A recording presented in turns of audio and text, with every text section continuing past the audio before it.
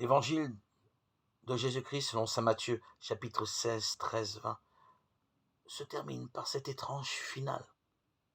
Jésus ordonna aux disciples de ne dire à personne que c'était lui, le Christ.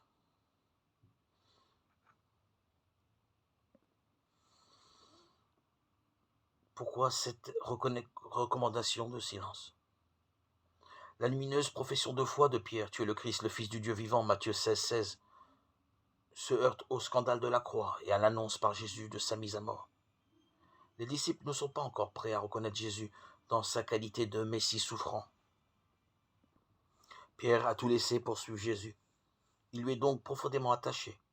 L'annonce des souffrances et de la mort de son ami le révolte. Il lui fait de vifs reproches. « Passe derrière moi, Satan », lui répond Jésus. C'est-à-dire, reprends ta juste place de disciple à ma suite. Par cette vive injonction, Jésus ne rejette pas Pierre, mais l'appelle au contraire de nouveau à sa suite, jusqu'à la mort et la résurrection.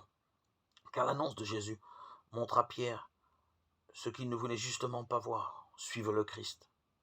C'est passer par la souffrance, la mort et enfin la résurrection.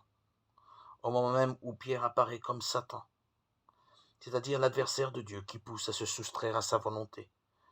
Jésus l'appelle à nouveau à le suivre. La conversion de Pierre se réalise à travers sa vocation même, sa mission de veiller à la construction de l'Église. Parce qu'il est la pierre de fondation, la pierre angulaire étant le Christ, il ne peut être la pierre qui fait trébucher.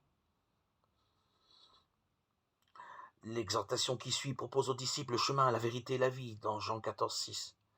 À sa suite, Jésus nous invite à faire acte d'abandon, à renoncer à soi-même pour passer de la mort à la gloire de la résurrection. Le chrétien doit se transformer pour discerner quelle est la volonté de Dieu. Pour ce faire, il lui faut écouter la parole du Seigneur qui est un feu brûlant dans son cœur. Dieu puissant, de qui vient tout don parfait, enracine en nos cœurs l'amour de ton nom, resserre nos liens avec toi, pour développer ce qui est bon en nous.